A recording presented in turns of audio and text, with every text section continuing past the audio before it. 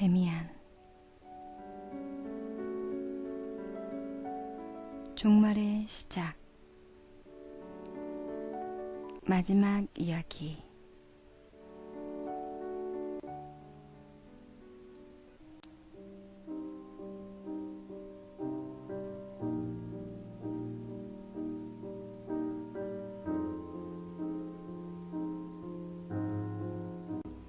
여름학기에도 HC에 머무르고 싶다는 나의 뜻은 관철되었다.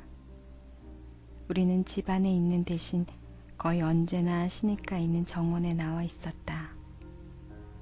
씨름에 완전히 진 일본인은 가버렸고 돌스토이 신봉자도 오지 않게 되었다. 데미안에겐 말이 한필 있었는데 그는 매일같이 빠뜨리지 않고 말을 탔다. 나는 종종 그의 어머니와 단둘이 있었다. 때때로 나는 이러한 내 생활의 평화로움을 의아하게 생각했다. 나는 너무나 오랫동안 고독하게 지내고 단념하고 나의 괴로움과 싸우는 데 익숙해져 있었으므로 HC에서 지낸 이 수개월이 내게는 마치 안락하고 황홀하게 단지 아름답고 유쾌한 사물과 감정 속에서만 살아도 좋은 어떤 꿈의 섬에서 보내는 시간처럼 느껴졌다. 나는 이것이 우리가 생각하는 새롭고 보다 더 높은 공동체의 전조임을 예감했다. 그러나 이 행복감에도 깊은 비애가 엄습해 왔는데 이 생활이 오래 지속될 수는 없음을 잘 알고 있었기 때문이었다. 나는 풍성함과 안락함 속에서 살아가도록 태어나지 않았고 내겐 고뇌와 광분이 필요했다. 어느 날이고 나는 이 아름다운 사랑의 영상에서 잠깨어 단지 고독이나 싸움만이 있는 아무런 평화도 공존도 없는 그런 다른 사람들의 차가운 세계 속에 다시금 혼자 서게 되리라는 것을 절실히 느꼈다. 그런 생각을 한 뒤부터 나는 아직 나의 운명이 아름답고 고요한 풍경 속에 머무름을 기뻐하며 갑절의 애정으로 에바 부인의 옆을 떠나지 않았다. 여름의 몇 주일은 황급하게 너무도 쉽게 지나갔다. 학기도 벌써 끝나가고 있었다. 이별이 목전에 다가와 있었지만 나는 이별을 생각할 수가 없었다. 사실 나는 그 일은 생각조차 하지 않으려 들며 꿀이 있는 꽃에 나비가 집착하듯이 그렇게 이 아름다운 날들에 집착하고 있었다. 그것은 행복의 시절이었고 내 인생 최초의 충족이었으며 공동체의 가입이었다. 다음에는 무슨 일이 올 것인가? 나는 또다시 싸워야 하고 동경에 괴로워하고 꿈을 꿀 것이며 고독해질 것이었다. 이러한 날들을 보내던 어느 날 이러한 예감이 몹시 강렬하게 나를 엄습해왔다. 동시에 에바 부인에 대한 나의 사랑이 갑자기 고통스럽게 불타올랐다. 가슴이 저려왔다. 머지않아 나는 그녀를 보지도 못하고 집안을 거니는 그녀의 확고하고도 다정한 발소리를 듣지도 못하며 내 책상 위에서 그녀가 준 꽃을 볼 수도 없다. 그런데 나는 무엇을 얻었던가? 그녀를 얻는 대신 그녀를 얻으려 싸우기만 하고 영원히 그녀를 나의 것으로 빼앗는 대신 꿈을 꾸었고 안락의 내 몸을 맡기고 있었을 뿐이다. 이제까지 그녀가 나에게 이야기한 진정한 사랑에 관한 온갖 말들과 헤아릴 수 없이 많은 세련된 경고의 말들과 셀 수 없이 가벼운 유혹 혹은 약속 같은 것들이 불현듯 뇌리에 되살아났다. 나는 그것들에서 무엇을 이룰 수 있었던가? 아무것도 없었다. 아무것도. 내 방의 한복판에 서서 나는 모든 의식을 집중해 에바 부인을 생각했다. 나는 그녀가 나의 사랑을 느끼게 하고 그녀를 나에게 끌어당기는데 내 온 영혼의 힘을 집중하려고 했다. 그녀는 내게로 와야 하며 나의 포옹을 열망해야 하며 나의 입맞춤이 그녀의 성숙한 사랑의 입술을 탐욕적으로 헤쳐놓지 않으면 안 되었다. 나는 선체로 손발이 차가워질 때까지 긴장을 늦추지 않았다. 힘이 내게서 빠져나가고 있음을 느꼈다. 무언가 차가운 것이 나의 내부에 단단하게 응어리졌다. 나는 잠깐 가슴 속에 한 개의 수정을 품은 것 같은 감각을 느끼다 그것이 나의 자아임을 깨달았다. 냉기가 가슴까지 올라왔다. 그 무서운 긴장에서 깨어나자 나는 무엇인가가 오고 있음을 느꼈다. 나는 죽을 지경으로 피곤했다. 그러나 불타오르듯이 황홀하게도 에바 부인이 방 안으로 들어오는 것을 바라볼 준비가 되어 있었다. 그때 긴 길에서 말발굽 소리가 울려왔다. 그것은 아주 가까이에서 요란스럽게 들리더니 갑자기 멈췄다. 창가로 뛰어가니 데미안이 말에서 내리는 것이 보였다. 나는 아래로 내려갔다. 무슨 일이야, 데미안? 설마 너희 어머니께 무슨 일이 생긴 건 아니겠지? 그는 내 말을 거의 듣지 않고 있었다. 그는 매우 창백해 보였으며 땀이 그 이마에서 양쪽 볼 위로 흘러내리고 있었다. 그는 잔뜩 열이 오른 말의 고삐를 정원의 울타리에 메고는 나의 팔을 잡고 거리로 내려갔다. 너는 벌써 뭔가 알고 있는 거야? 나는 아무것도 몰랐다. 데미안은 나의 팔을 꽉 눌러주고 어둡고 연민에 찬 이상한 시선으로 나를 바라보았다. 그래, 이봐. 이제 시작되었어. 물론 너도 러시아와의 긴박한 긴장 상태를 알고 있었겠지만 말이야. 뭐라고? 전쟁이 일어났다는 거야? 나는 그러리라고는 생각하지 않았어. 주변에는 아무도 없었지만 그는 아주 낮은 어조로 말했다. 아직 정식으로 선전포고 한 건 아니야. 하지만 전쟁이야. 내 말을 믿어. 나는 그날 이래로 이 문제로 너를 괴롭히진 않았지. 하지만 나는 그때부터 세 차례나 새로운 징조를 보았어. 예컨대 그것은 세계의 몰락도 아니고 지진도 아니며 혁명도 아니야.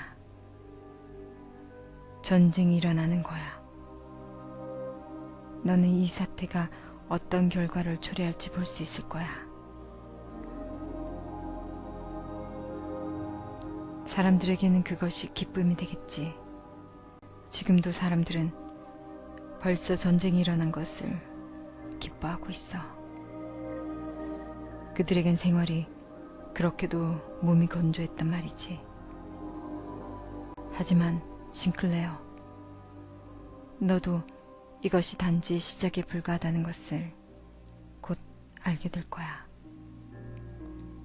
모르긴 하지만 대전쟁, 굉장한 대전쟁이 될 거야. 하지만 그것도 역시 단순한 시작에서 비롯되는 것이지. 새로운 것이 시작되고 있네. 그 새로운 것은 낡은 것에 집착하고 있는 사람들에게는 즐겁할 일이 되겠지만 너는 어떻게 하려고 하지? 나는 낭패감을 느꼈다. 내게는 모든 것이 낯설었고 아직도 사실처럼 들리지가 않았다. 나는 모르겠어. 너는? 그는 어깨를 움찔했다. 동원령이 떨어지면 나는 곧 입대할 거야. 나는 소희거든. 네가?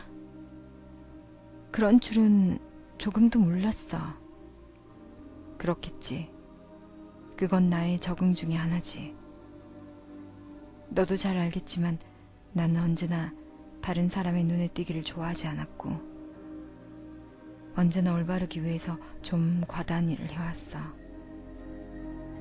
나는 일주일 내로 전쟁터에 가리라고 생각해.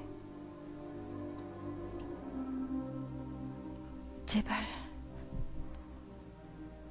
이봐, 이 일을 감상적으로 해석해서는 안 돼. 물론 내게도 살아있는 사람에게 발포를 명하는 일은 조금도 재미나지 않을 거야. 하지만 그것은 부차적인 문제에 불과해.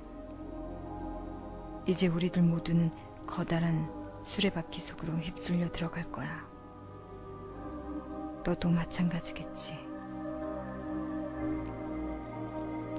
너도 분명 징집당하겠지. 그럼 너희 어머니는? 데미안? 이제야 비로소 나는 불과 15분 전에 있었던 일을 상기했다. 세상은 얼마나 변해버렸는가. 그 감미롭기 그지없는 영상을 불러일으키려고 나는 온 영혼을 모으고 있었는데 지금 운명은 새로이 위협적이고 무서운 가면 뒤에서 나를 노려보고 있었다. 어머니 말인가? 아, 어머니는 아무 걱정도 할 필요가 없어. 어머니는 믿을 만한 분이니까. 오늘날 이 세상에 어느 누구보다도 말이야. 너는 우리 어머니를 그렇게도 사랑하는 건가? 너도 그것을 알고 있었구나, 데미안. 그는 밝고 아주 활발하게 웃었다. 이 어린 친구야. 물론 알고 있었지. 우리 어머니를 사랑하지 않고서 에바 부인이라고 부른 사람은 아직 아무도 없었어. 그런데 어땠지? 너는 오늘 어머니나 나를 부른 거야. 그렇지 않니? 그래, 불렀지. 나는 에바 부인을 불렀어. 어머니는 그걸 감지하셨어. 어머니가 갑자기 나더러 너에게 가봐 달라고 부탁하시더군. 그때 마침 러시아에 관한 소식을 이야기하던 참이었어. 우리는 되돌아서 걸었고 이미 할 말이 거의 남지 않았다. 그는 자신의 말을 풀고는 올라탔다. 2층의 내 방에 들어와서야 비로소 나는 데미안이 전해준 소식으로 인해, 아니 그 이전의 긴장으로 인해 내가 얼마나 기진맥진한가를 느꼈다. 하지만 에바 부인은 내가 부르는 소리를 들었던 것이다. 나는 내면의 생각만으로 그녀에게 도달했던 것이다. 그녀가 직접 와주었더라면. 오지 않았다 해도 이 모든 것은 얼마나 기이한 일인가. 그리고 얼마나 아름다운 일인가. 이제는 전쟁이 일어난다. 우리가 자주 이야기했던 바로 그 일이 시작되리라. 데미안은 그것에 대해 그리도 많이 미리 알고 있었던 것이다. 이미 세계의 조류는 어디에선가부터 우리의 곁을 스쳐 지나가는 것이 아니라 갑자기 우리의 가슴 한복판을 뚫고 흘러갔으며 무언가 거친 운명들은 우리를 부르고 있었다. 지금이 아니라도 머지않아 세계가 우리를 필요로 하고 스스로를 변화시키려고 하는 순간이 온다는 것은 얼마나 기이한 일인가. 데미안이 옳았다. 그것은 감상적으로만 받아들여서는 안 되었다. 다만 이상한 일은 이제 내가 그렇게도 고독하게 염원해왔던 운명이라는 문제를 그렇게 많은 사람들과, 아니 온 세상과 더불어 경험해야 한다는 사실이었다. 물론 좋다. 나는 마음의 준비를 끝냈다. 시내를 걸어가는 저녁 무렵 거리는 구석구석 흥분으로 들끓고 있었다. 어디를 가도 전쟁이라는 말밖에는 들려오는 것이 없었다. 나는 에바 부인의 집으로 가서 정원의 정자에서 함께 저녁 식사를 했다. 내가 유일한 손님이었다. 전쟁에 관한 말은 한마디도 꺼내는 사람이 없었다. 단지 내가 집으로 돌아가려 할 때 에바 부인이 내게 말했다. 친애하는 싱클레어, 오늘 당신이 나를 불렀지요. 내가 직접 가지 않은 이유는 이미 잘 알겠지요. 하지만 이걸 잊지 마세요. 당신이 이제 부르는 법을 알게 된 거예요. 그러니 언제든지 표적을 지닌 누군가가 필요하게 될 때는 다시 부르세요. 그녀는 몸을 일으키고는 정원의 황혼 속으로 걸어 나갔다. 잠잠한 나무들 사이를 이 신비에 찬 여인은 아주 당당한 걸음으로 지나갔고, 그녀의 머리 위에는 조그만 무별들이 조용하게 빛나고 있었다. 내 이야기의 끝이 가까워졌다. 사태는 급속히 진전되어 전쟁은 곧 시작되었고, 데미안은 은회색의 군복을 입고 이상스럽고 낯선 모습으로 떠나갔다. 나는 그의 어머니를 집으로 데려다 주었다. 얼마 지나지 않아 나도 그녀와 작별을 했다. 그녀는 내 입에다 입을 맞추고 잠시 나를 가슴에 끌어안아 주고는 불타는 큰 두 눈으로 나의 눈을 바싹 들여다보았다. 모든 사람은 형제와도 같았다.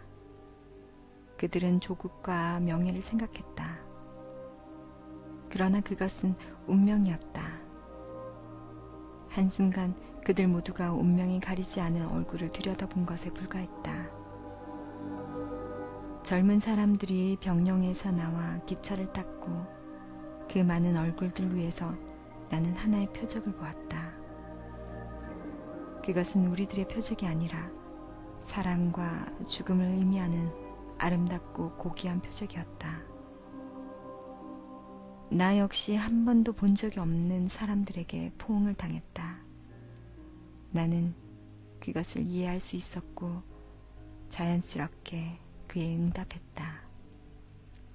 그들이 그런 짓을 하는 심정은 단순한 도취일 뿐이지 운명의 의지는 아니었다. 그렇지만 그 흥분은 신성했다.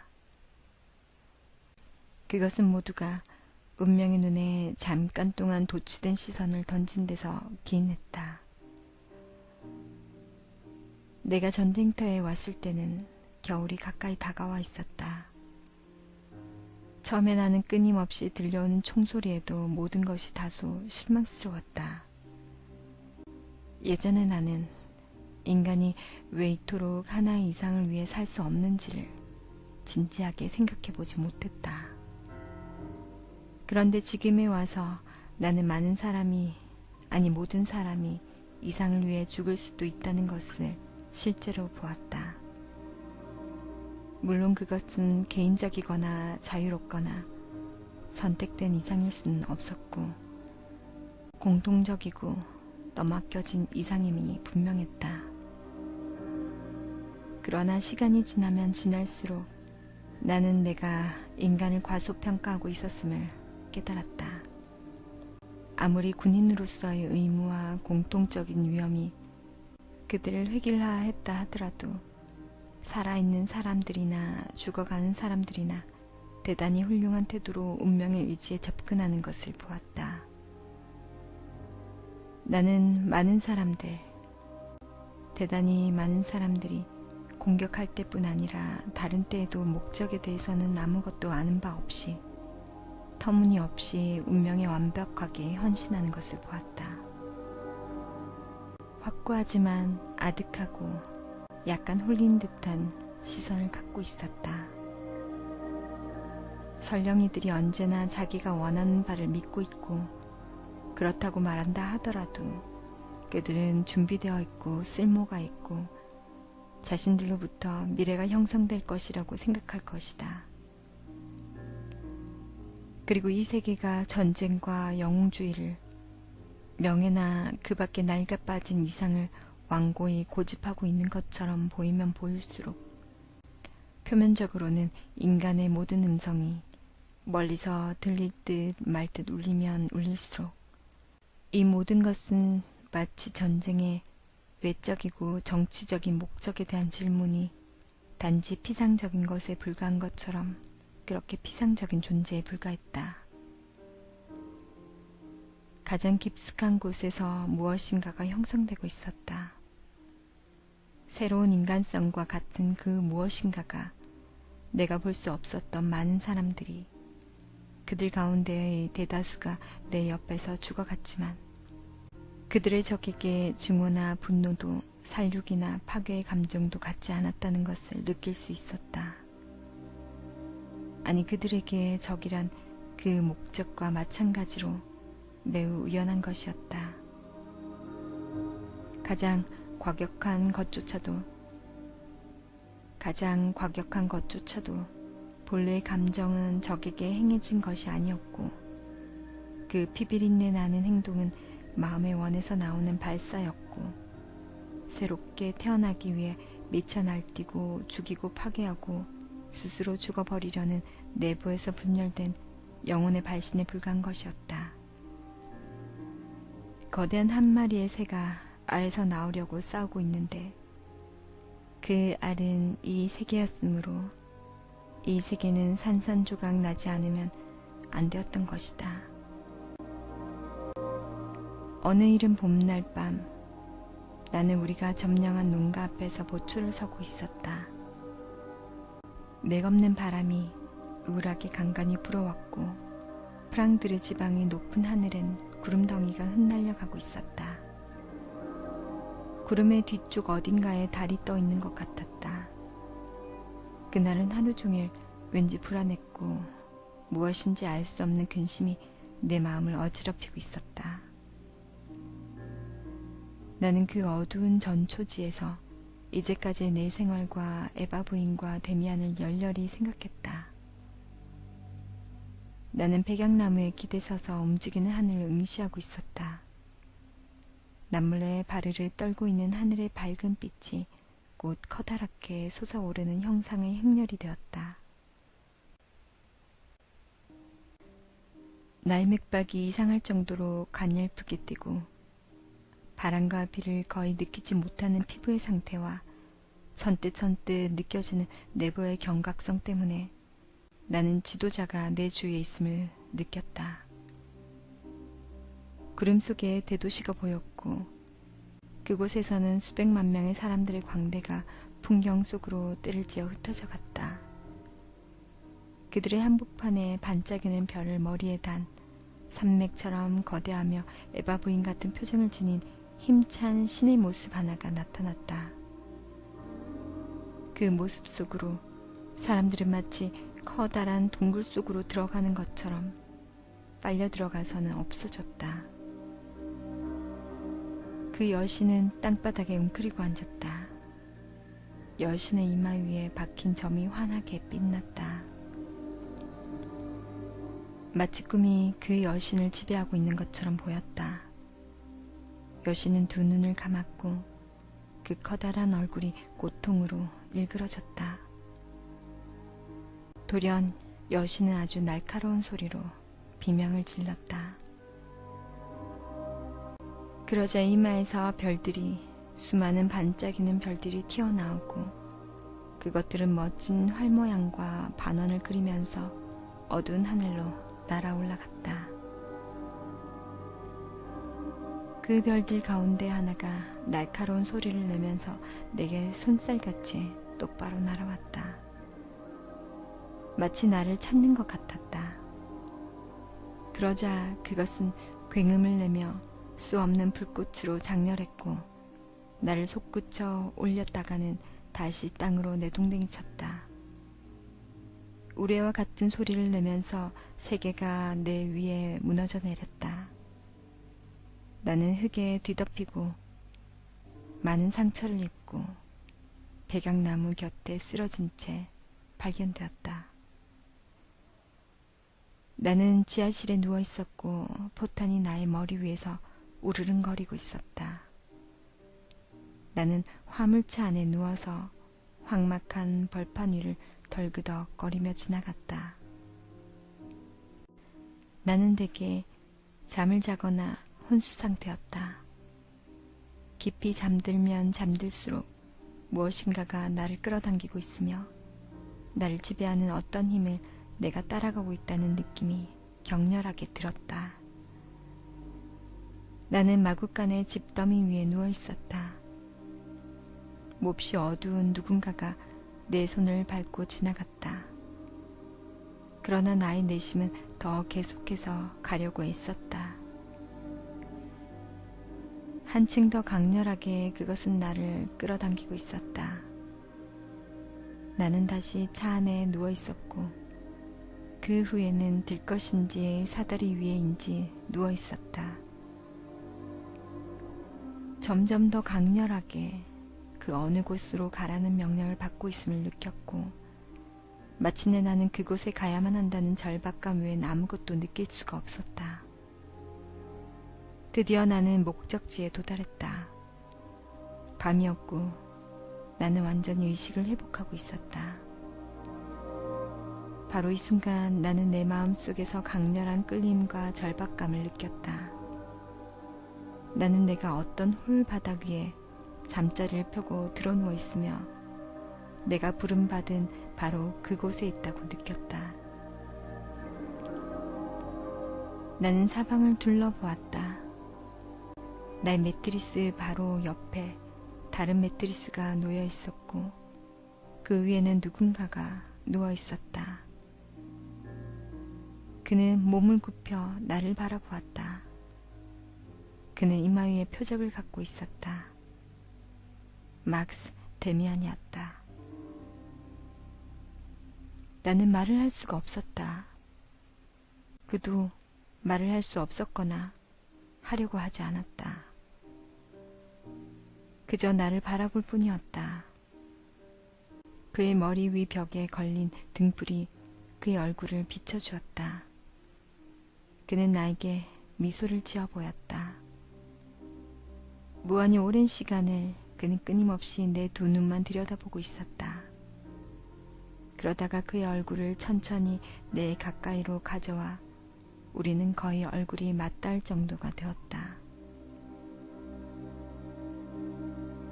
싱클레어. 그는 거의 속삭이듯 말했다. 나는 눈으로 그에게 그의 말을 알아들었다는 신호를 보냈다. 그는 거의 동정에 가까운 미소를 지었다. 꼬마. 그는 웃으면서 말했다. 그의 입은 이제 나의 입과 아주 가까이에 있었다. 그는 나직이 말을 계속했다. 프란츠 그로머를 아직도 기억하고 있나? 그는 물었다. 나는 그에게 눈을 깜빡여 보였다. 미소도 지을 수 있었다. 어린 싱클레어, 들어봐. 나는 떠나지 않으면 안 돼. 자네는 아마 언젠가 나를 다시 필요로 하겠지. 그러머나 그 밖의 일 때문에 말이야. 그땐 네가 나를 부른다고 해서 나는 그렇게 쉽게 말이나 기차를 타고 갈 수는 없을 거야. 그럴 때에는 자넨 자기 자신의 내부에 귀를 기울여야 해. 그러면 내가 너의 내부에 있음을 알게 될 거야. 알겠어? 그리고 조금만 더. 에바 부인이 부탁했어. 만약 네가 언젠가 나쁜 처지에 있을 때는 그녀가 나에게 보낸 입맞춤을 자네에게 해주도록 말이네. 눈을 감게, 싱클레어. 나는 순순히 눈을 감았다. 그치지 않고 쉴 새 없이 피가 조금씩 흐르는 내 입술 위에 그가 가볍게 입 맞추는 것을 느꼈다. 그 후 나는 잠이 들었다. 다음날 아침 눈을 떴다. 부상으로 인해 붕대를 감지 않으면 안 되었던 것이다. 마침내 잠에서 완전히 깨자 나는 재빨리 옆에 매트리스로 몸을 돌렸다.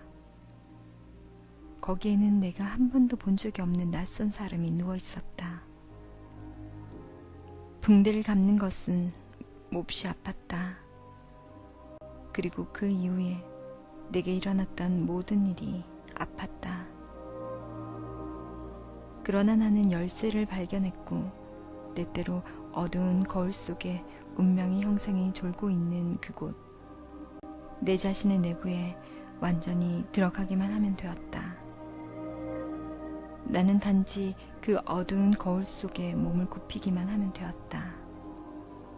그러면 이제 완전히 데미안과 같은, 내 친구이자 지도자인 데미안과 같은 내 자신의 모습을 거기서 발견할 수 있었다.